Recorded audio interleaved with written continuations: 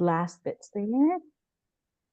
All right. Well, yeah. So, um, good morning, everyone. Still morning, for me at least, where I am. So, thank you everyone for coming in today. And just to start off, I would like to share with you a land acknowledgement and a bit more information. And then I will introducing our two amazing speakers for today, and then I will unleash them to you. So this session is being recorded and it will be available at a later date as well. So and please do feel free to. This is an engaging session. Bring in your questions. I'll be monitoring the chat if you are more comfortable doing that. Finn and Tash, let us know what is a great way to insert those within the discussions with you guys if it's during or after. So yes, for anyone who hasn't who I haven't had a chance to meet yet. My name is Precious De Leon. My pronouns are she, her, and shia. I'm the program director for community engagement at the Alexandra Writers Center. I live, work, and create here in Mohkinstsis. We'd like to start this event keeping in mind the context of the places we gather, virtual and geographic, recognizing its living history and our accountabilities in it. AWCS serves communities from our base on the traditional, ancestral, and unceded territory of the Blackfoot Confederacy nations of Siksika, Kainai, Piikani, as well as the Stoney Nakoda and Tsuut'ina nations. We also acknowledge the Métis community, specifically the Métis Nation, Districts 5 and 6. Our speakers join us today from the traditional, ancestral, and unceded territory of the Coast Salish peoples, including the territories of the Musqueam, and the Tsleil-Waututh, as well as the territory of the Inclacupma and Okanagan nations. Indigenous peoples have a tradition of storytelling. The First Peoples have been creating and sharing stories for generations and continue to weave them as our colleagues and contemporaries. And in the spirit of amplifying Indigenous voices, I include always whenever I've had the privilege of doing land acknowledgements, it's the small and hopefully impactful act of recommending different Indigenous publications. So for today, I'd like to recommend the poetry collection Disintegrate, Dissociate by Ariel Twist. She's a Nehiyah Two-Spirit trans woman, originally from George Gordon First Nation in Saskatchewan. According to the Indigenous Foundation, in the book, Ariel explores with both rage and tenderness the parameters of displacement and identity, navigating through what it means to be an Indigenous trans woman, discovering the possibilities of a hopeful future, and a transcendent, beautiful path to regaining softness. So that is Disintegrate, Dissociate by Ariel Twist. So now I'd like to weave in our thoughts into today's conversation. Highlighting a line from a report titled Intersections from the Native Women's Association of Canada. So in it, a collective of Two-Spirit elders share that many Indigenous spiritual practices are based on inclusion and are open to those who seek to connect to their spirit being. In addition, on September 2024, the Assembly of First Nations reiterates their support for the inherent right to self-determination for First Nation youth, Two-Spirit, and gender diverse individuals. And I share this to underline that these issues have been and continue to be integral to Indigenous conversations. In this session, a Trans Day of Visibility event, we have two wonderful speakers who will be guiding us as we dive into the complexities of storytelling, especially in times of crisis. And I hope you'll allow me to introduce them. First, our moderator, Finnian Burnett, explores the intersections of the human body, mental health, and gender identity. They are a recipient of the Canada Council for the Arts Grant, a finalist in the 2023 CBC Nonfiction Prize, and a 2024 Pushcart nominee. Their work appears in Blank Spaces magazine, Reflex magazine, The Daily Sci-Fi, CBC, and more. Their two novellas in Flash, The Clothes Make the Man and The Price of Cookies, are available through Ad Hoc Fiction and Off Topic Publishing, respectively. When not writing or teaching, Finnian enjoys walking, Star Trek, and cat memes, so feel free to send them loads of that stuff. Finn can be found at www.finnburnett.com and also various AWCS classes, I'd like to say. Thank you, Finn, for being part of this event. And our speaker for today is a Welsh-Canadian author, activist, and educator. Their publications include the critically acclaimed trans-led murder mystery, No One Left But You, the Junior Library Guild Gold Standard Selections, Bloodsport and Sink or Swim, and more. They are passionate about social justice and mentors trans youth through the Gender Generations Project, a program they sit on the board for and were instrumental in founding. When they're not writing or reading, you can find them in a lake, lying on the carpet thinking about monsters, or getting a new tattoo. They enjoy regular cups of tea, DIY, existential philosophy, and sharp objects. They will now be leading this event with a reading from No One Left But You. Please welcome Tash McAdam. As I shall fetch my book. I'm actually going to pull it up on the screen here, if that's okay with you. I would have done that in advance, but as we know, I was extremely late today. Sorry, just one moment. And thank you, Finn, for including the link there. Yeah. Here we go. So I'm going to be staring at the screen, and you just have to pretend I'm holding my book and look like one of the people who can like read and look at the audience at the same time, which has just never once been me in my life. I always try, and then I just lose my place, and I'm like, well, here we go, back to the staring. Okay. So we're going to start with chapter 2. So I'm just skipping forwards. This is set before and after a murder. And so we're going to be jumping in one of the after sections after number 2. My dad burst through the holding room door at the police station, shouting. He's ashen with deep purple smears underscoring his eyes. I got my mother's black hair and pale skin, but I always looked more like my dad, even before the hormones. The way I hold my face, the way I duck my chin, the way we both slide away from confrontation. He pulls me into his chest hard enough that the handcuffs dig into my wrists and moves us closer to the table to relieve the strain. He's yelling. I'm lost in a Russian ocean of noise, and all the while, a song plays in my mind. Our bare skin touched. I discovered electricity. My brain isn't working, and I'm not sure if it's the drugs. Fuck, what did I take? I'm not even supposed to drink on my mental health meds, but I did a lot more than drink. And there are no words left inside me except the song. The kind woman who's been with me since I arrived at the station takes my dad's arm and speaks to him. Pressure expands in my chest and explodes out of my chapped lips. Dad! I'm too quiet, broken. I have to try again, cough up the word like a hairball. Dad!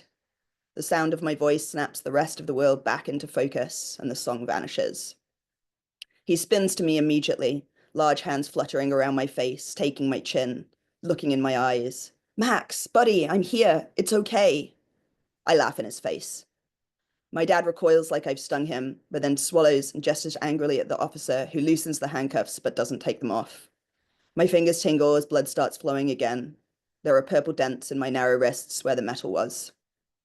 Max, son, you need to tell the police what happened at the party. Just exactly what happened. It's okay. It's all going to be okay, he repeats. It's not okay. Nothing will ever be okay again. Danny's dead. Before chapter 2. All I can think of is her. She fills my head, pounds in my chest, her hand on my hand, the residual heat where she kissed my cheek. There must be lipstick at least. The urge to scrub at my tingling face fights with a fierce want to parade through the school with her mark on me. I can imagine the pink stain perfectly, a cupid's bow of scalded skin. The desire to show the world that at least one person doesn't find me repulsive wins out. I march through the hallway with my head up and my shoulders back, wearing the print like a medal. Outside, I fly down the road faster than I ever have, invincible and enormous. Concrete races past, and I duck and dive around old ladies running errands, dart through crowds of rowdy primary school kids. My skateboard kit wheels rattle with every bump, but they never stick or stutter. On the hill down to my house, I spread my arms like wings and shout into the wind. But my good mood collapses as soon as I walk inside. Bring me some wine, you angel! My mother calls from the living room. Cigarette smoke is foul in my throat, and I swallow a cough as I rush past the door. She's sprawled out in front of the TV, like always. My dad's at the firehouse. My mother is free to be her worst self. I dread the days he's away, but even if I could find the words to explain to him what it's like here without him, what could he do? Quit the job he loves so I don't have to be alone with my own mother? I ignore her, thundering up the stairs to the solace of my room. Black painted walls and postered layer over poster darkness envelop me. Clothes folded or hung in the wardrobe contrast with piles of scribbled lyrics and books threatening to collapse my straining desk. Home. Mine. Slamming the door behind me, I exhale, imagine my anger flowing out of my lungs, and strive to recapture the magic of the day. When I face the mirror, there's a small smile tucked into the corner of my mouth and light in my eyes. I look alive. The faint remnant of Gloss's kiss glimmers in the light from the window, invisible to anything but the closest inspection. No one will have seen it, but I don't wipe my cheek. Will she kiss me goodbye tomorrow? Will she even speak to me tomorrow? I have to believe the way we connected today isn't something ephemeral that will shimmer away overnight. But that thought makes my room start crushing me. I'm starving, but if I go downstairs, my mother will follow me from room to room until I end up bursting out the front door. So instead, I open my window. The evening is cool and clear, sunset spilling egg yolk over the red-tiled roofs of the nearby houses. I breathe in, letting the crisp taste of cut grass and blooming flowers calm me. Around Christmas, when I was 11, my mother was screaming through my bedroom door, trying to kick it in so she could yell in my face. And I was so scared I climbed out the window. I swung myself out and around, my small hand slipping on the drain pipe. I thought I'd fall, which was still better than staying inside. I'm bigger now, stronger and taller. My shoulders opened 6 inches in 2 weeks after my first shot of testosterone. It's an easy stretch from the sill to the pipe to the lip of the roof. Up and over, my stomach muscles burning in the best way as I pull my feet through, brace on the wall, and wriggle over the edge on my belly. I settle back on my back with my hands behind my head. The rust-red tiles hold the heat of a long day and warm me. My knobby knees poke through the rips in my black jeans, the skin pressed white and pink by the tight strings. Above, the stars pop out one by one, marking time while I scroll through Gloss's Instagram, analyzing every post. Her account only goes back until last May, but she has over 70,000 followers. People from school have already started following her, commenting on her gorgeous pictures of spectacular vistas and mouth-watering meals. It doesn't hit me until I'm scrolling back up that there's not a single photo with her with another person. When I'm riddled with pins and needles from the hard tiles, I go back inside. Sleep has never been a friend of mine. Usually bedtime is something to put off in the hopes I'll be too tired for my brain to replay the Max Files' embarrassing all-star moments. But today I fall face down on my sheets without even brushing my teeth. And I can read a little bit more if we want, or I can stop there depending on our timeline. That's good. Thank you so much, Tash. Thank you. Yeah. Thank you. That's wonderful. Thank you so much for sharing that. I think my first question, well, first of all, I love how the first opening of that is so visceral and raw and just heart stopping. And then you get to the dead, and I'm just like, and then boom, we're going back into something that becomes introspective and identity focused and brings in these little hints of what's to come. And also Max is so relatable with the ever playing like embarrassing all-star moments, all of that. I just absolutely love this. And I'm wondering, first of all, like Max's voice is so, for lack of a more academic word, so voicey in this. And I'm wondering, how did did Max kind of come to you fully formed, or was this something that you really developed intentionally to have this very voicey piece? Almost from the very first line, which you didn't get in this because I skipped to chapter 2. There's a first before where he's in the back of the police car covered in blood and you don't know what has happened at all. And then the first after the first line is his name. His teacher says Max and he like responds to it with this big smile. And when I was writing that, it was like, I didn't think this character was going to be that smiley. But the moment of having his name given to him like that as the opening of the book was such a like powerful moment for both him and me, that I think that I had almost an insight into who he was going to be before I had really any idea. I don't know where my stories are going to go. When I started writing this book, it was a romance and there was no murder. And then I got bored, I suppose, halfway through and was like, I'm going to kill this guy because I'm not loving the way this is going. Like, yeah, I don't, love is just a little too happy. I think I'm just gonna to murder someone. Everything was just so intense and high stakes. I was like, I want something that is also like intense and high stakes that isn't that teen experience to like mirror back and forth the like relationship angst and the like real life angst that comes from crime. I think that you do that really well. And then what ends up happening is we're getting this intense story, but also these hints of identity struggles and gender issues and survival and dealing with parents who don't necessarily understand. And it makes it something that maybe would be more accessible to somebody who doesn't necessarily go out searching to read a trans-led story but ends up with one anyway, wrapped up in this incredible thriller. That's the idea for sure. My father-in-law's girlfriend, who's like a 74-year-old cishet white woman who wears wine earrings. This is like how I like to qualify her as a person. Like she's a hoot. Love her to pieces. She's so funny, but you would never in a million years think she would pick up a YA of any kind, let alone like a trans-led genre fiction.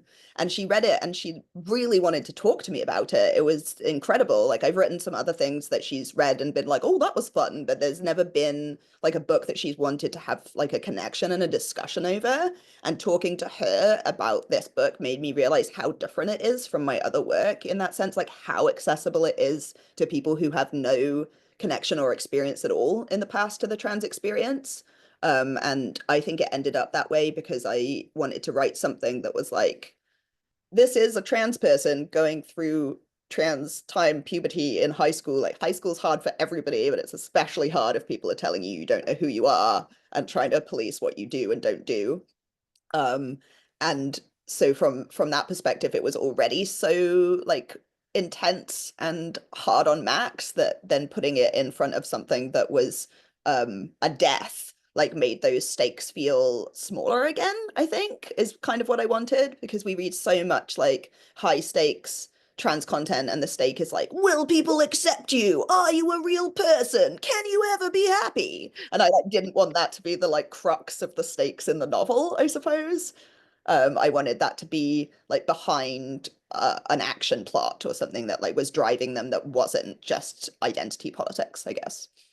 Yeah, I absolutely love that. And as someone whose most current or upcoming novel is people going to are people going to accept me trans identity novels, I have to So say that important too, right? Like it's yeah, so, so right. important. We just need it all. Yeah, but also queer joy or like queer stories that are thrillers are so important, or science fiction or fantasy where queerness is just a thing is so Mhm. important. And I love that you did that.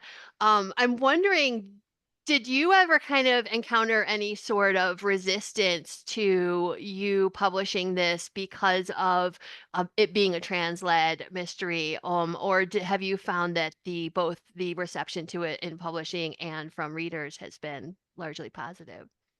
Okay, so I'm almost 40 now, and I wrote my first book when I was 23, and it was a genre queer-led. It's telepathic teenagers fighting a dystopian government. I wrote it basically, my wife was like, I'm bored of you complaining about predictable young adult books. You should write your own. And I was like, fine, I will. Thoughts to you. And so I did. And it was like the idea was to like mock all of the like predictable tropes and stuff that happened. And I was so proud of this set of novels where they're just queer and it's like nothing to do with the plot at all, because it's like a future dystopia situation. And the issue is that the government is using telepaths to control the population, not that this person uses neutral pronouns. Like everybody's just over it. And I was told over and over again by like reputable agents, like I have a list of them and their rejections, basically saying there's zero market for a book that is queer without being about being queer. They said that I needed to like add romance so that the story was like objectively queer, no matter which part you looked at, how gay they are or whatever. And I'm like, but the main character's non-binary. Like we're in a non-binary perspective. No, it doesn't count. Like it's not. Nobody wants to read that apparently. And I'm like, but it's about the telepaths. And they're like, bit gay though, isn't it? Where are we gonna put that on a shelf? You know? And so that was like my first experience of, and I wrote my first novel like innocently being like, this is a lovely story and someone surely will want to publish it, having no experience in the publishing industry whatsoever, I must say. Like I've always been a storyteller, but I have never been someone who bothered to write things down until I was dared to. I just tell myself extensive plots as like my day-to-day activity. And now I'm like, okay, I'll write them for other people to share. Fine. Like that's cool. Um, but in these books, I just like wanted to have basically like, you know, when the Hunger Games and the Divergent were happening and you were like getting all of these like huge, like, oh, it's amazing. And then you read it and you're like, is it though? Or is it like fine? Like, and so are you in a future version of reality where there are no queer people whatsoever? Because that to me implies that you've murdered us. Like, I don't, like, I'm not comfortable with this as a futuristic concept if you're not also thinking of like every human that there is that will still exist in the future. So I wanted to write something where it was like, we've gone over all that because I do feel as a species, we are much better than policing what's in people's pants and where they go to the toilet. We're just stuck on this because some people like cannot get over it. But I genuinely believe like given it a bit more time and a bit more work, society will just be like past it because it's not a thing. Oh, Janet's got a hand up. You have a question, Janet? Love a question. His brain doesn't like all of a sudden make me say something really stupid, but I mean, I'm in I charge and I've said at least 5 silly things already, so I think you're that's all good. right. I have a question as a writer who I'm not part of the community. I have two daughters who are part of the community and many friends. I'm curious in our role, like I want to write characters who are queer. Obviously, I'm not queer, so I feel like it's probably best for me to write them as characters who are not my main character or my protagonist, but it's okay if like is it okay for me to write my main character and her sister's a lesbian and has a wife, like when that's Like, not my the whole experience? I'm just idea, curious where the boundaries are because yeah, to me it needs to be normalized also, right? yeah. Like, but I think every author has, I mean, we're not all everything, right? Like we want to be inclusive of multiple identities in our books. Like I'm a white person, so am I never going to write a person of color in any capacity in my books because I don't know what it would be like? No, because there are people of color in this world and I know and love them and they're people much like we all are. So I want them to, like I want their space for the world to look like it is in books. And I think lots of people want that and then they get stuck on like how to do it kindly, how to do it correctly. But especially in a situation like this, Janet, when you have two kids, like you're adjacent to the community. Like there's allies are also part of the community, arguably the most important part in that like numerically, we simply do not have enough of us without allies to advocate and be part of our support systems to make any changes, right? Like we need the allyship community to be like, no, these are the people that we know and love, and we want them to just have human rights. Like, why are we denying people human rights? It's 2025. Like, how are we back here again? just Um, read so much about like getting sensitivity readers and things like that to make sure that you're like, I I guess think it kind of depends with very important for a lot of people who are writing books with no personal connections to specific identities. So they don't have I'm not saying that you're like basing your characters on your kids or anything, but you have had conversations with them. You've seen what they are going through. You've like been there for their journey. You have witnessed it in many ways, right? Like you know that from your perspective. So if you chose to write a book about transitioning from a trans person's perspective, I would say, no, that's not your story. Like your kids can tell that story if they're trans and they want to. If you feel like you want to write like a story about your life, then you're the parent in that story and you're writing from the parent's perspective and you're trying to um, show what that journey is like because that's also a thing, right? Like parents with kids coming out and like dealing with that, it's hard, it's confusing, especially for people who have no connection to the community whatsoever. And I really feel strongly that it's about like the story that you're telling to some extent. So one of the main characters in No One Left But You is a young black man, and he's actually like the most stable of the bunch and is the bestie. And in my like shipping version, like I'm like the friendship of Max and Grant is the real relationship that I'm behind in this book. Yeah. Because it's just like such a normie, nice friendship for Max, who he's never really had just like a normal friend. Um, and when I was writing Grant, I was writing about a teenage black boy who has moved from London to like a smaller town in the UK. And I was like, how much do I know about this? Like, and what his experience is going to be like and how he would be here. And I was thinking, well, I'm thinking about a friend that I went to school with who moved to my like extremely white town. There were literally 3 people of color in my high school of over 1,000 people because I'm from small town Wales where nobody wants to move to, everybody wants to leave. We have no immigration. There is nothing here. Nobody wants to live there, not even the Welsh. Like, it's the whole thing. We're all escaping.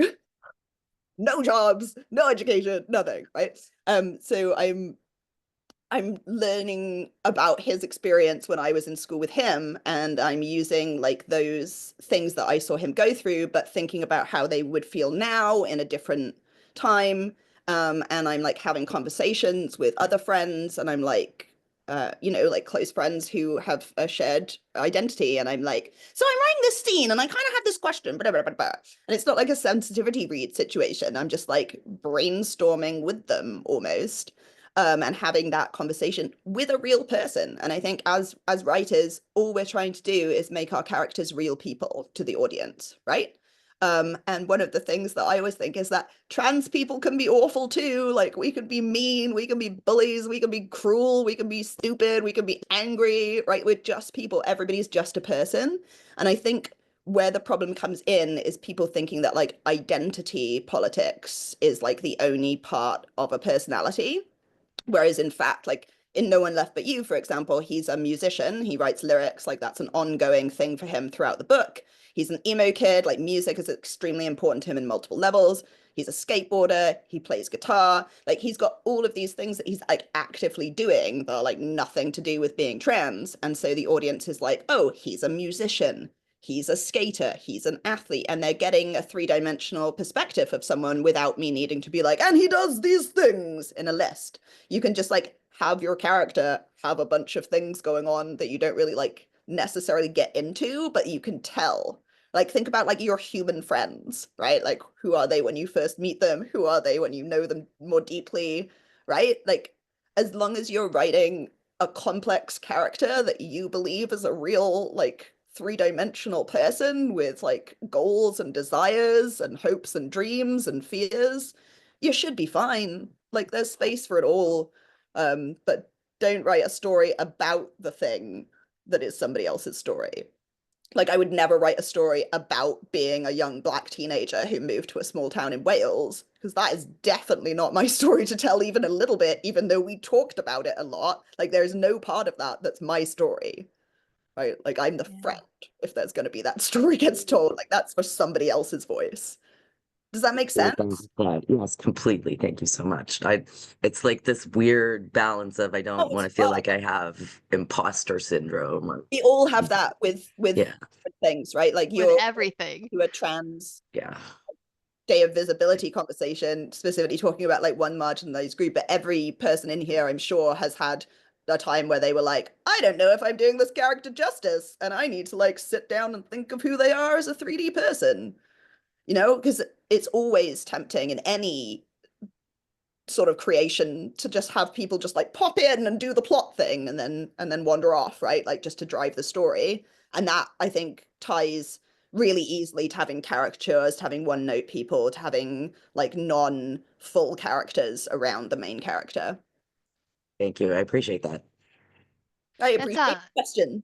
That was a fantastic question. And I think one thing to come out of that is going to be the quote that Janet, while not queer, is queer adjacent. So that's going to definitely be something to take from this. I love the term adjacent because it's so different to like Same. not being connected to I think something I that should add it to my Facebook profile, actually, queer Queer adjacent. adjacent.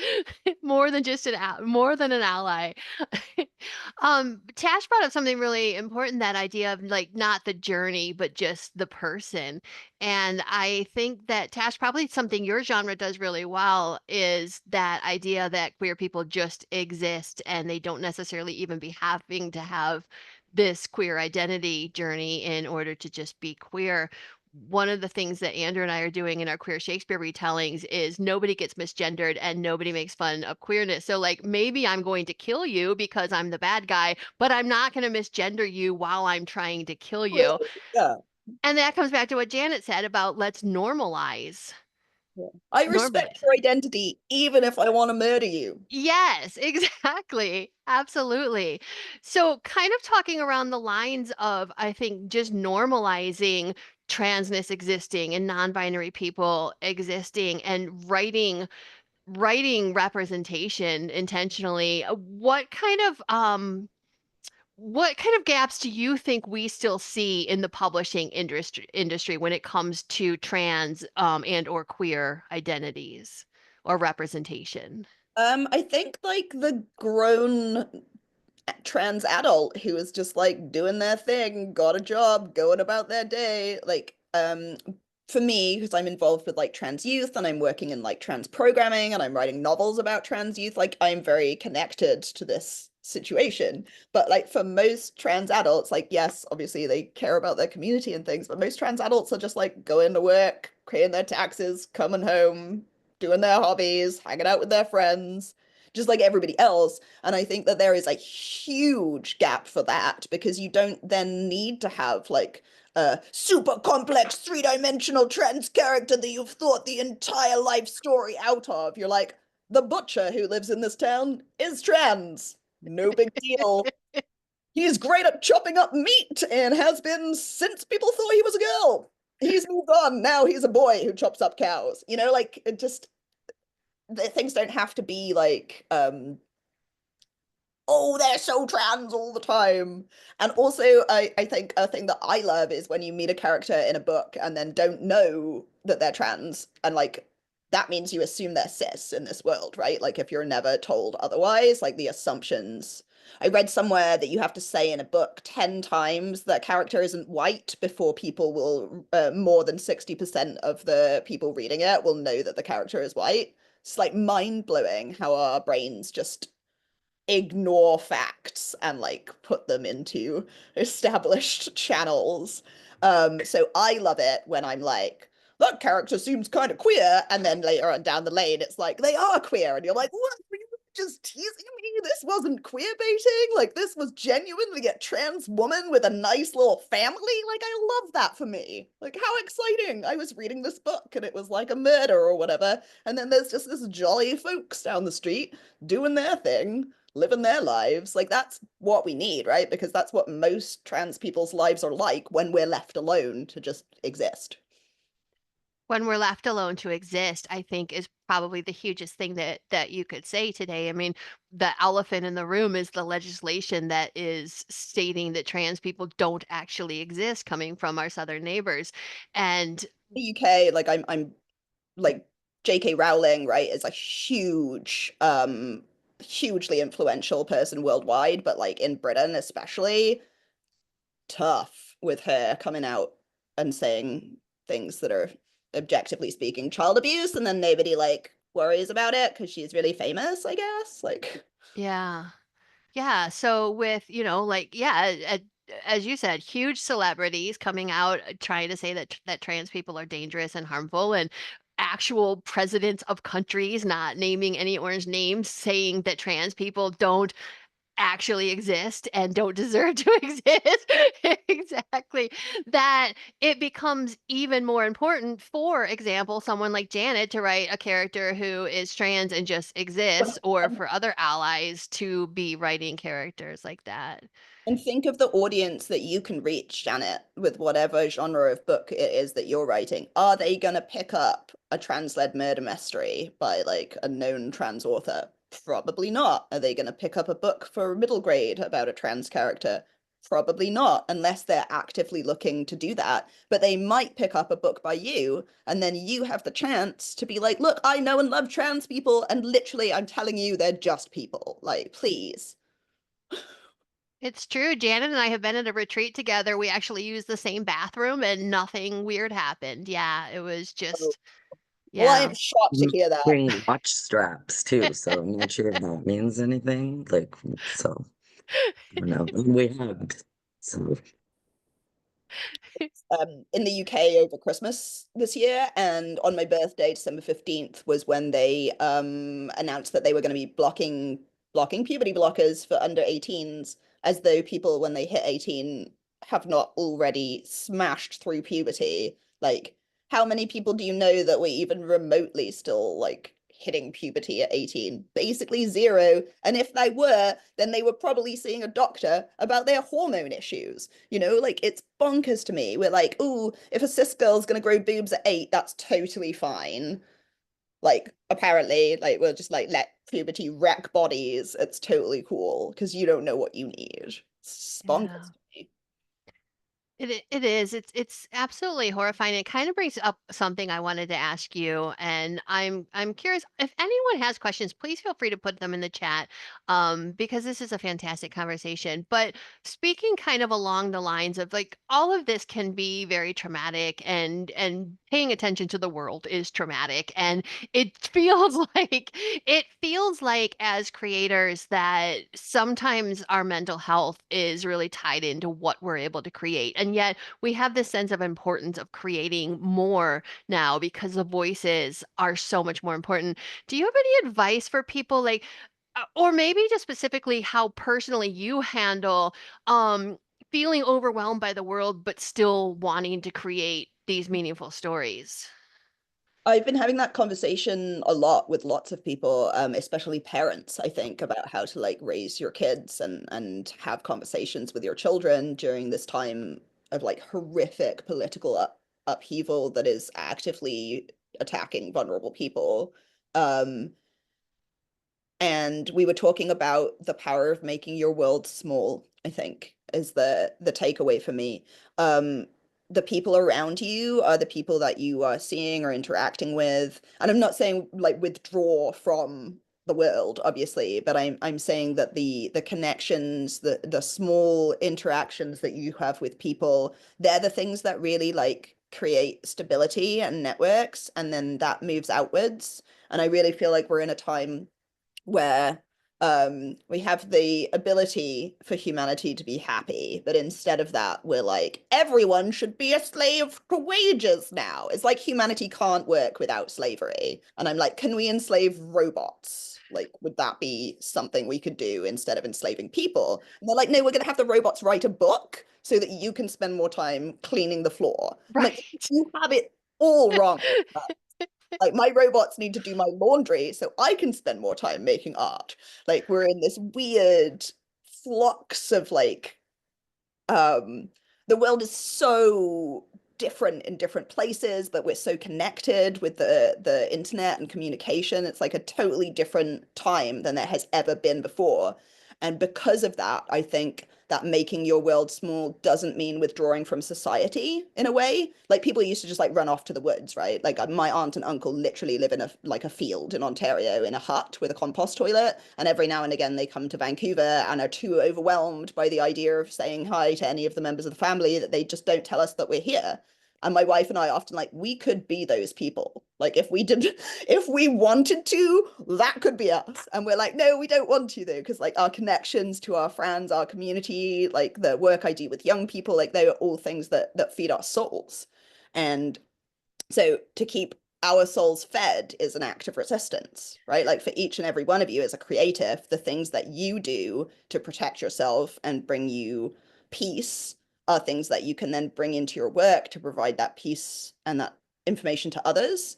And I think that we're all really prone to overwork in times like this, to like just burn ourselves out because as my therapist said, if defeating fascism is the only thing on your to-do list, you're going to be disappointed every day. This is what my Yeah. therapist said to me, that I have to celebrate wins that aren't destroying fascism, because that one is too big a goal. And apparently, like, having that be the thing that you're aiming for, not the plan of therapy. She's like, you have to have different things that are like wins for you. Like, what makes you feel good? Like, what gets you through the day? What connects you to your community? Like, those are the things to be looking for, because those things are power. Like, networking is power, community is power, community is safety, right? When we care for each other and we love each other and we reach out to each other, then we can create safe zones. Almost like by holding hands with other people in our community, we can create a barrier between ourselves and the things that want to hurt us, right? Yeah. Because exposing yourself to hurt and pain is not actually productive, right? If you can face those things and interject and stand up against those things, amazing. But if you're just standing there to take it because it's happening, it's not helping the world, it's not helping you, it's not helping anybody. But those real connections with real people, like with your kids, with your friends' kids, with your local community, like knowing people. I mean, that came out in the like 70s about homophobia. It was like the #1 thing that stops you from being homophobic is knowing a gay person. And you're like, whoa, yes, in fact, people are people. Wow, once again, we're all stunned to learn that in fact, humanity, all the same, despite minor surface differences. Like, Gay people do their laundry. It's, can anyone yeah. tell the difference? They sure cannot. Yeah. I was gonna ask, sorry there, Ben. I was just gonna add that, so Andrea actually left a comment here, making your world small that resonates. Traditionally, writers try to reach as wide an audience as possible, but I wonder, with the threat of our work feeding AI chatbots, if we need to rethink how we share our stories and create communities of writers and readers. Yeah. Okay, so I have a controversial opinion, and that is that AI proves the existence of the human soul, and that when you watch AI trying to make art, you're like, oh, I finally understand what is the difference. Like, have you seen like an AI painting or whatever, and you're like, there's something, it's not quite right? And like they Yeah. really close, but I feel like it's not, like I genuinely feel like I can see that it's not human.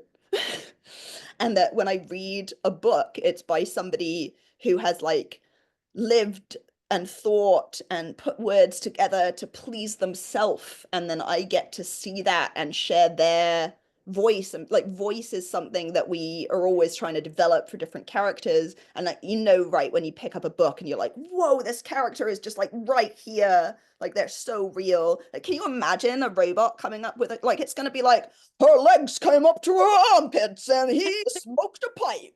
Like, AI has been doing, like, trying to do gymnastics videos, and it is one of the things I watch to cheer myself up when I feel like it's the end of the world, because AI does not understand gymnastics, and it just like it's just like legs going around the gym bar, and there's like 95 arms on one person, and they like unable, like, I mean, humans have 2 legs, 2 arms, like these are just facts that you as an AI surely have available to you, and you're not able to then extrapolate from there to like not having 16 arms go around this.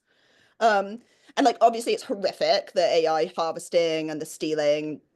It was always going to happen. Like, as someone with a computer science background, there was at no point a time where the internet wasn't scraping things for various points, and now it's to create content, right? And I think it reminds me a little bit of like when self-publishing first blew up on Amazon, and people were like, I can publish literally anything. It doesn't have to be a real book. I can just give it a cover and write the word banana 350,000 times, and someone will buy it if I say it's a really good book about a banana. Yeah. And there was this like upswing in just like trying to get content out to just sell, not for love, not for care, not for creation. And those things are what makes art special. It's the humanity in the piece. It's the like weeks and years of your time that you spent going over those words. Like, someone says to me that I have like I do a lot of rhythm in my books. Like, my words are really rhythmic, and I think I'm autistic, and so like word patterns is one of my like great joys in life. And with No One Left But You, I got to really play with that for the first time because he was a lyricist. So I like got to be into that as far as I wanted to be, and then pulled back I've totally forgotten how I've got onto this topic. But I think that it's that you love your characters and that you build them and that care is always going to show. And the robots don't care. Like, they don't. No, no. That's a You, quote you can take away from this. the The robots don't don't care. The robots don't care. Janet is queer adjacent. We're like dropping all of the great. I hope Precious is planning on, putting this out on like the Blue Sky feed or something. The other thing AI does is that it reminds you that you don't have to strive for perfection because the AI is putting out stuff that's grammatically perfect. When I was in teaching college and I knew my kids were using AI to write their essays and we had the AI checker, I put one of my stories into the AI checker to see what it said. And it said, there's a 0% chance this is AI, but there's 30 sentence structure errors in my piece. And I went back and I reread it. I'm like, no, there's no, but there were because that's my style. And I love my really long sentences. And I'm not giving that up, even if a robot says my says sentences, And that's your art, Finnian. Like, that's your art. Yeah, And I read exactly. your books and I'm like, wow, this sentence is 7 lines on and it really keeps hitting. That's a Finnian classic. Right? They can have Finian's long sentences when they steal it from their cold dead hands, right? I have to apologize to every copyright editor I have about my fractious relationship to commas because I genuinely feel like language is for communication. And so I put a comma when I want to pause, like when I'm saying the dialogue, and I put a comma and they're like, a comma doesn't go here. And I'm like, but it does if you say it out loud. Like, It feels right. An emotional comma at the very least. That's my emotional support comma. You cannot have it. Like, we're taking it out. And I'm like, if you listen to the audiobook, you will note that the narrator pauses at this exact moment because it's clearly an emotional comma. Because of your comma, they knew what to do. I want to come back to something you brought up when you were talking about community and something Mandy put in the chat about being a fierce ally. And this was important to me. I proposed a workshop on trans and non-binary narratives in the ELA classroom for a teaching conference, and I was hired to do it. And one person signed up for it at the conference. And the organizers decided to have me come anyway because they felt the conversation was important for that one person that showed up. But I was going in like I didn't want to be there. I'd almost canceled.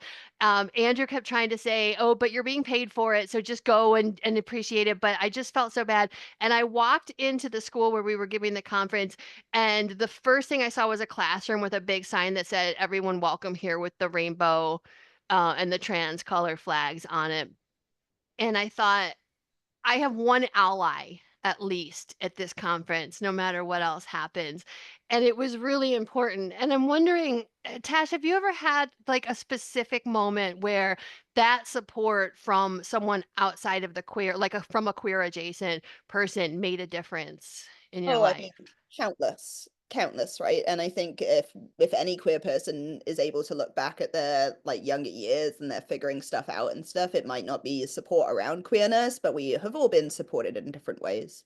I'm going to tell a story that's not my story because it was so powerful to me. One of my best friends here is Danny Ahmed Ramadan, who wrote the plays Line Swing.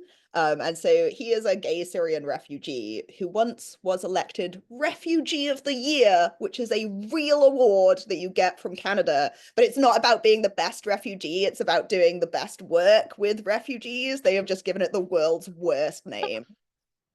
Anyway, so my good friend Danny Ahmed Ramadan, Refugee of the Year 2015. When he first arrived here, we both worked together at Community in like the downtown West End, like the Queer Resource Center. And so we spent quite a lot of time chatting. And so we talked about like his newcomer experiences. And he said he had to go to the police station to get like fingerprints, like immigration nonsense. And he has had horrific experiences in his life with the police, as you would expect for a gay Syrian refugee. And he said that he like took weeks and he would like go and he would be outside the police station, like not able to go in. And then he went and he saw the safe space sticker in the window on one side. And he was like, oh, and he was able to walk into a police station because he saw that sticker. And it was a visual reminder that he was in fact safe here in that way as a person in that position, obviously. we won't go into the police now, but there are many factors. But for him, that was a moment where he was like, the police are not here to police my sexuality. They are not going to throw me in jail for being who I am. And like, I come from like small town Wales, but there was never a question of me being jailed for my identity, you know, like for throwing stones at police officers, sure. But like for being who I am, not a thing really anymore, right? Like we're only now seeing like in like the Western world, this development of like policing actively where you're in danger from like structural things.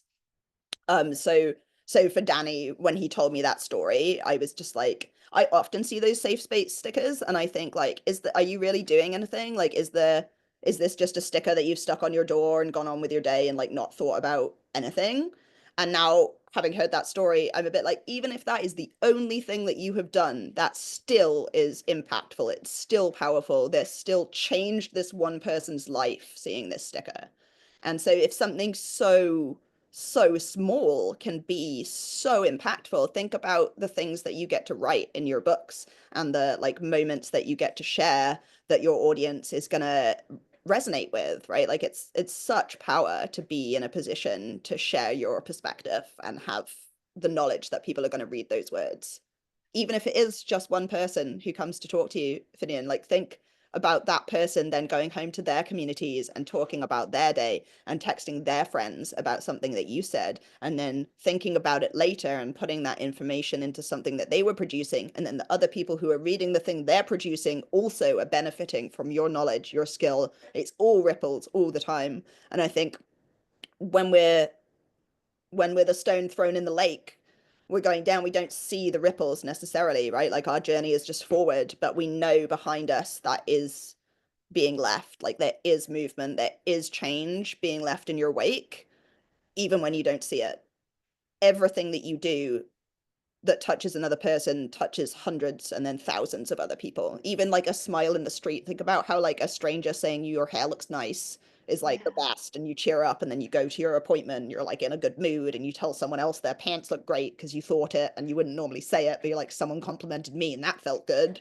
You know, like it's this ongoing sharing of love. And I think love is the opposing force to hate, obviously, and the opposing force to apathy. And we just have to love as hard as we can and as actively as we can. And one of the changes that I've made is that I tell people things that I think when they're nice now. Like if I'm like, oh, I love my friend, what a cute friend, I will text my friend and be like, you just popped into my head and I thought, what a cute friend, I love you. Because there's so much negativity and like almost pressure to not say nice things to each other, I guess. Like, don't be weird, like don't be too intimate. Like, no, be intimate with your friends, love them. That's your crew, that's your community. Yeah, those small joys. And like, yes, complimenting people. Like I always say, because Wendy's in a lot of my classes and her writing is just so magical and happy making. And so like I know I like talk about that way too much in our classes, but I love reading some, for example, the idea of they made a ship out of dragon eggshells. And all of a sudden I'm like, this is the biggest joy in my life.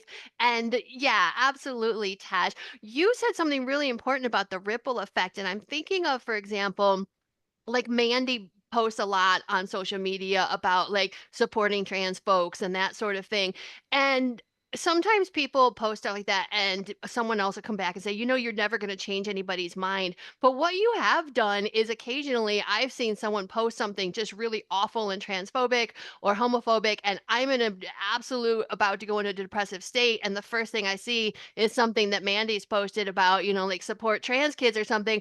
And all of a sudden, maybe she hasn't changed anybody's mind, but she has changed how my trajectory of the day was going to go because But I saw that thing. do you not think that that does change somebody's mind when they're another person and they come and they see a post that is coming from a place of hate and then they see a response that is coming from a place of love? I think for people who don't have much experience with marginalized communities or really know very much about what's going on because they're, you know, withdrawn from it in some way, I think that shows what kind of people are on each side, if you know what I mean. Like, Yeah. there's the side where you want to be awful to people, and there's the side where you're like, maybe think twice before you say something you don't know anything about, because actually, scientifically, blah, blah, blah, blah. You know what I mean? Like, when I see someone responding to transphobes, that it doesn't have to be me, I'm like, yes, thank you. You said the thing that I probably would have had to summon the energy to bother saying, but you, especially if you're an ally, you're so much less injured by the act of having to do that. You know what I mean? Like, that's one of the most important things that you can do as an ally, I think, is share just factual information with people so that we don't have to. Right? Like, I Yeah. don't want to be going on people's walls being like, this is ignorant. And in fact, here are 5 studies that you should look at. And here are the like sentences that I've taken out of them. Like, that's labor. I don't want to have to do that labor. But I also don't want to scroll past a post where someone is spreading like dangerous misinformation. So if it's not my job because somebody else has corrected it, peak. Love that for me. Yeah.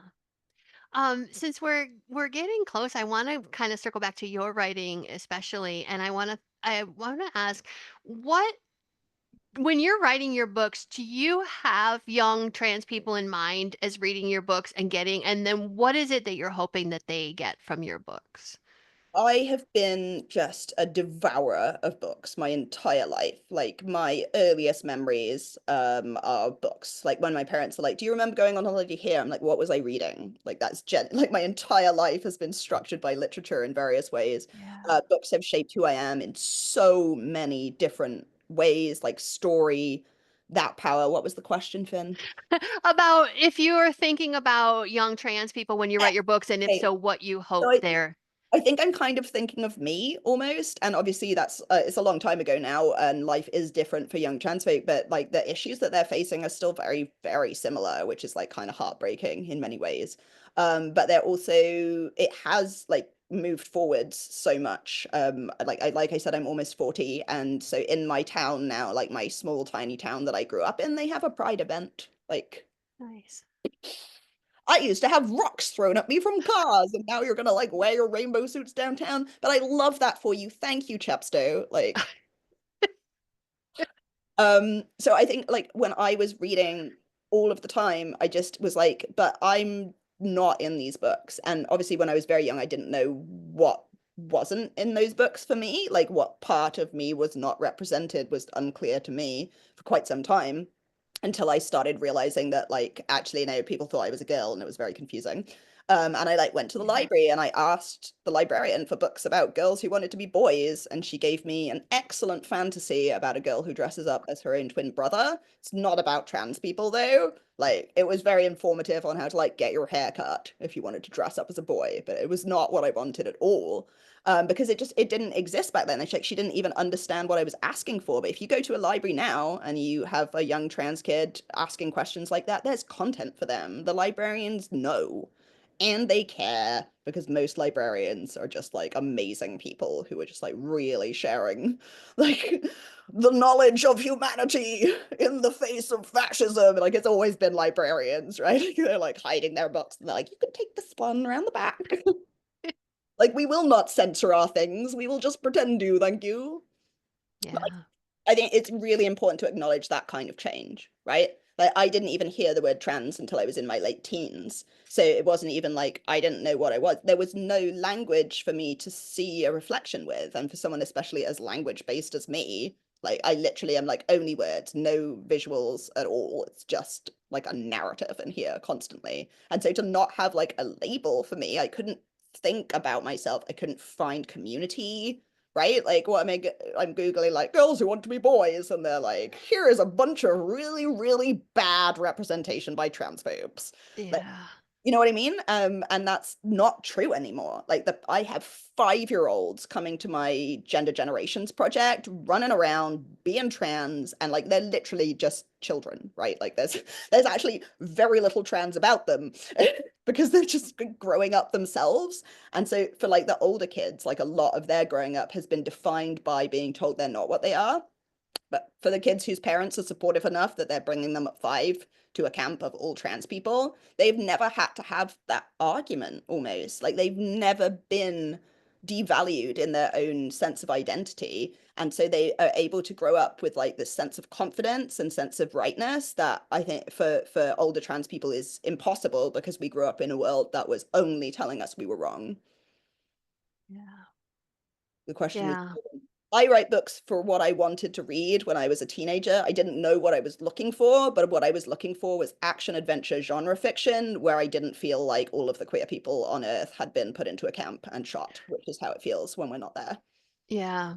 Yeah, the importance of coming from the voice of somebody who needed those books when they were young. And I think it's really important that you bring up the idea of young trans kids, because something that you hear is, oh, nobody would know that they were trans when they're a baby. And you're like, Buffy, you just asked that 5-year-old if she has a boyfriend. So maybe step back for a second and think Oh my, about the science that says children have a strong understanding of gender by the age of 3, and that is like not like a trans stat, that's like a cisgender stat. When babies are born, they're blobs, and then when they get a bit older, they start to have an identity. Part of that identity is a gender, right? Like everybody has a gender, even if that gender is a gender.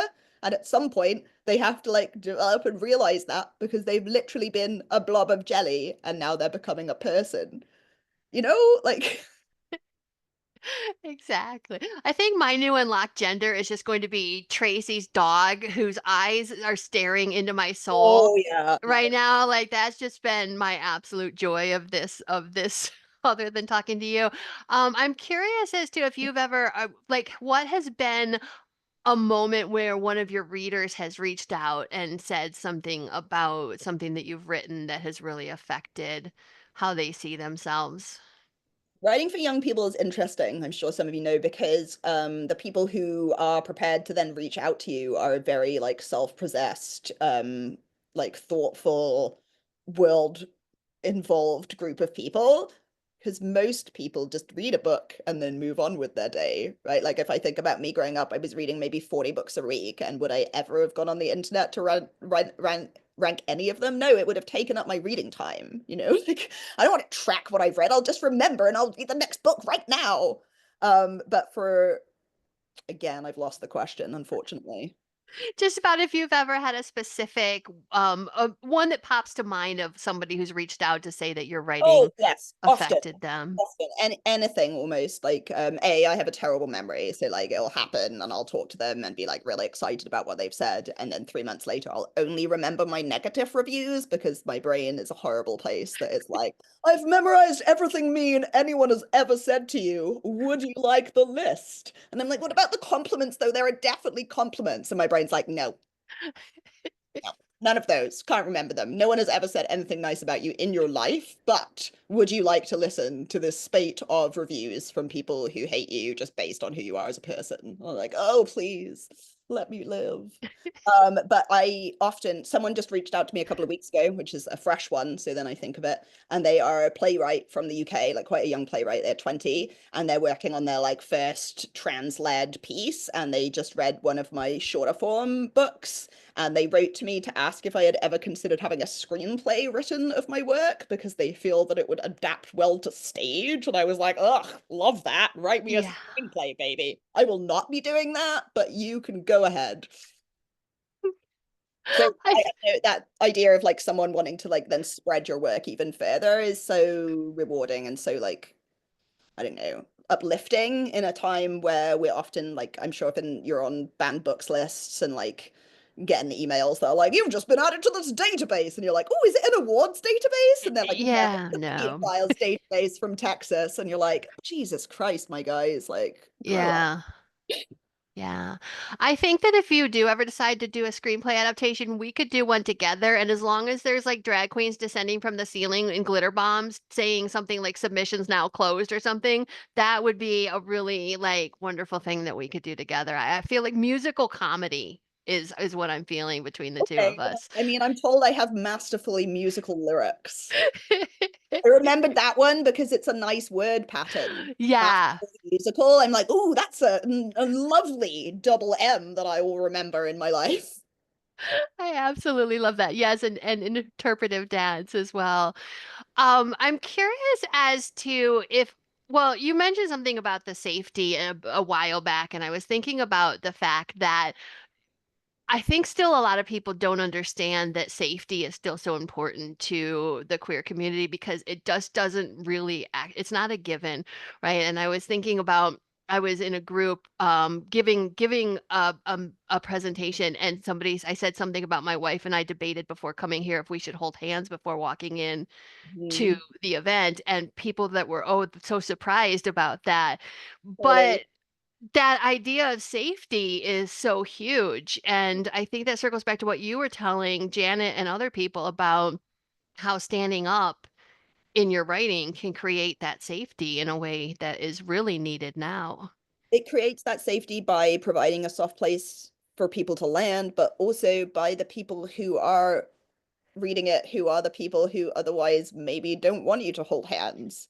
My wife and I were walking in Abbotsford one time, like the down the hill by the train tracks towards the super sketchy liquor store, and we were holding hands, which we often do. And then there were like two leather-clad dudes, like, you know, like the middle-aged balding white dude, kind of like short leather vibes. And we were Yeah. like, oh, okay. And we just like stopped holding hands automatically. And I saw them look at each other, and I was like, oh no. And I was like braced for it, you know. I was like, they're gonna yell at us, like, we need to turn around. And they were like, oh, welcome to Abbotsford. Are you enjoying your trip? And I was like, and they were like, oh, we're bloody blah and bloody blah. You seem like a lovely couple. And we were like, this is just like not what we were expecting in the slightest. And I'm jazzed. Like these little leather-clad biker dudes are like, you go with your queer selves. And we're like, yeah, nice one, Abbotsford. Like, didn't see that coming, but loved it. But that sensation of being prepared for it to be bad, I think, is something that every marginalized person knows. Every assigned female birth person knows. Every femme presenting person knows. Like you're on a street at night and there's a man, and you have that sensation of like, is it safe? And you have to analyze it. Like, am I safe? And Yeah. there is only like a certain type of people. It's cishet white men for the most part who have never felt that kind of like otherness, that kind of fear in any circumstance.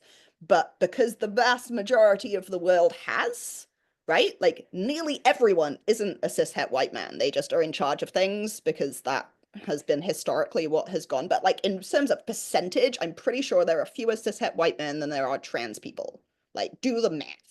Yeah. And yet we let them be in charge of everything all of the time, but they have like no clue what's going on because they've just been like protected and they're so They're so oblivious. emotional. Like Like being, yeah. oh my God, you're like, oh, I'm feeling uncomfortable. And they're like, what are you talking about? You're like, there's literally a group of people who have surrounded me and you haven't even noticed because in your universe, everybody is safe because you're safe all the time. Like, open your eyes, my guys. My brother-in-law was at the pub with me one time, and a dude just in the lineup, as you do, just sexually harassed me a little bit and was like, oh, I bet you give really big blowjobs with those lip rings. And my Uh, brother-in-law was like, excuse me?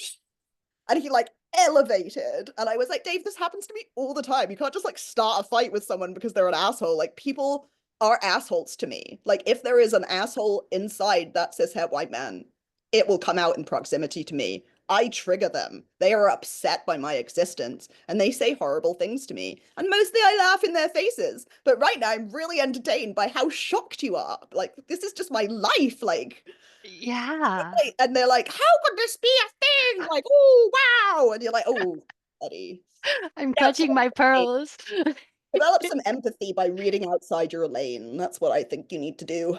Yeah. Oh, and you know, great way to circle back to like this entire topic, which is Reading literature teaches and empathy. We know it's the number one way to relate to somebody else's experience because you're in their shoes, living their experience with yeah. no, like, it's not like a video game where you're like choosing what they do, or like a TV show where you're like watching and it's like up to your interpretation almost. Like, obviously, books are up for interpretation, but they have to give you a lot more just out there in words, where it's just like you can't argue with the word, but you can argue what that dude's facial expression means on this show. You know what I mean? Yeah.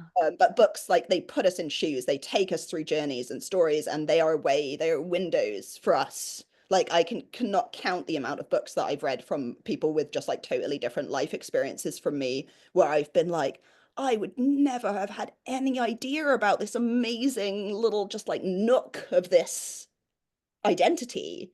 Like those things that are like part of our lives, everybody has them, right? Like every community, and that you don't necessarily know that it's something that other people don't share until you put it out there and somebody tells you. Yeah. Yeah, without a doubt. I think we're getting close to the end, so I do want to say if anyone else has a question, please put it in there. I do want to say that things are changing though, and it's wonderful. Like I was talking with the beautiful people at Alexander Writer Center and proposing workshops for when words collide in the summer. And I said, I have this idea for this one called But Make It Gayer. And they're like, okay, we're in. And I'm like, okay, but it's about doesn't matter. We're like totally in. So like, the more gay, the better. So, Gay you it know, up. exactly. So it is getting better. I think Tash, if there's no more questions, I'd like to ask, like, for you, what would be the main thing that you would hope that people would take away from from your ideas about gender and transness in books and writing?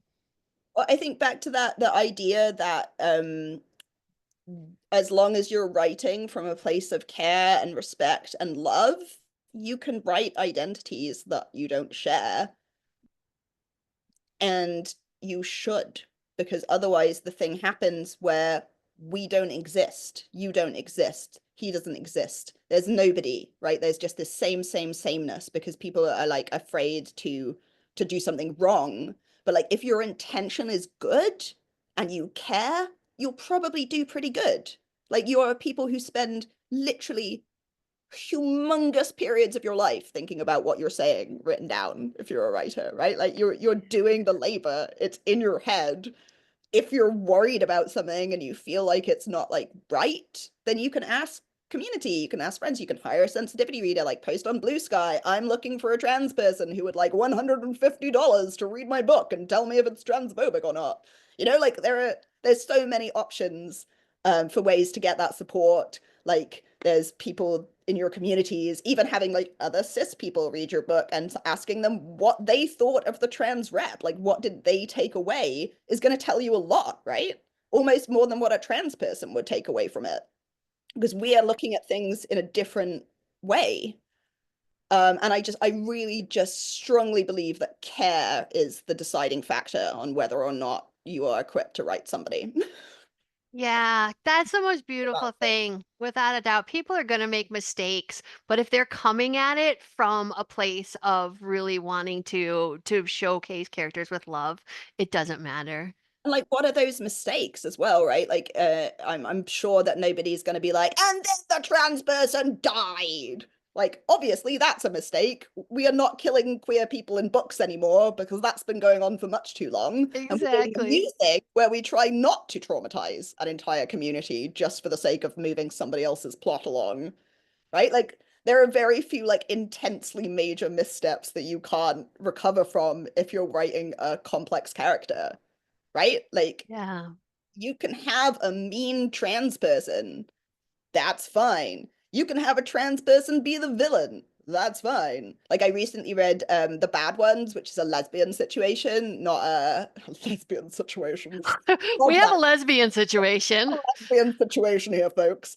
It's there's not trans characters in it, but there are lesbian characters in it, and there are so many of them. They just like keep coming, and you're like, oh, the complexity of the lesbians in this universe is brilliant, you It's know? like the clown car of lesbians. Yeah, because there's like 7 of them, then you're like, well, you can't have written into a trope, you know what I mean? Like there's enough of you that nobody is going to be like, you're trans or you're queer people are one note. You're like, well, here are my clown carved lesbians, all of whom are very different as individuals, and you can tell their voices apart even. So one of my tips is when in doubt, add more trans people, because the more that you have, the less likely you are to write into just a single caricature. If they are the only representation in your book, there's a lot of pressure on that representation to be note perfect. But if you have 4 trans people in various roles, they don't have to be major roles, they just have to exist and be trans and like have that be normal and fine.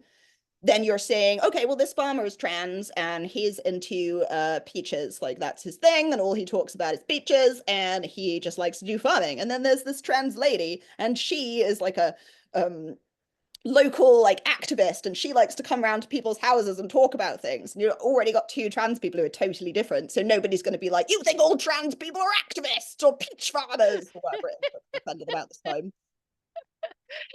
And if anyone says that you have too many queer people in your books, like, get them out of your life. You don't need that kind of negativity. 90% of the people in my life are queer. So, you It's know, weird if someone is queer in a book and they're like a grown queer, because obviously with teenagers you're like they're moving around, the things are changing, but like a grown queer without any queer community, like we feel sorry for them in books. yeah. We're like, oh my God, give this person some queer friends, even if it's just like a Discord group. Like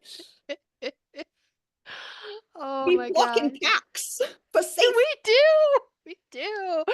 We have, like, you know, when we joke about how your aunt says, "Oh, I know a lesbian. They live in Montana. Do you know them?" We actually do. Like, it's It's actually my friend's ex. and I dated her in 1996. And it's So, not that there aren't many of us, it's just that it's a really complex web.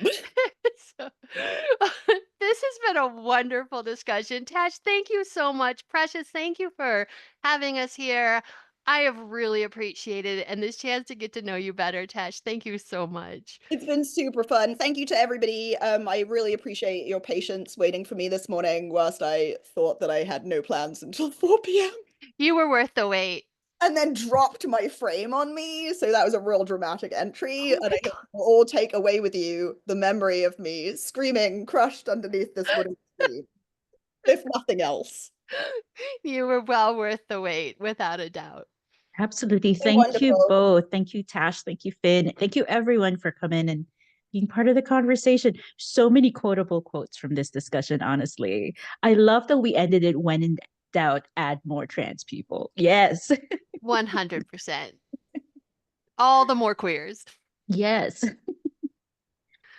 Oh, Yeah. I just wanted to say too that like our next session will be in person, but we are hosting Danny Ramadan here in Calgary. Oh, because On he's the writer now, isn't Yeah, he? that's right. Yeah, writer in residence at the University of Calgary. So at the Distinguished Writers Program over there. And so it'll be on the 9th of April at 11 o'clock. And he'll be talking about writing through the noise. So very Danny similar. is a literal angel, and you can learn a lot from his like calm approach to things. nice. Yeah, absolutely. Thank you so much, everyone. And I hope you have a great rest of your day. Totally. Thanks, everybody. Thanks, everybody. Thanks, Precious, so much. Thank Yeah, you. thank you so much. Thank you so much. That was absolutely brilliant.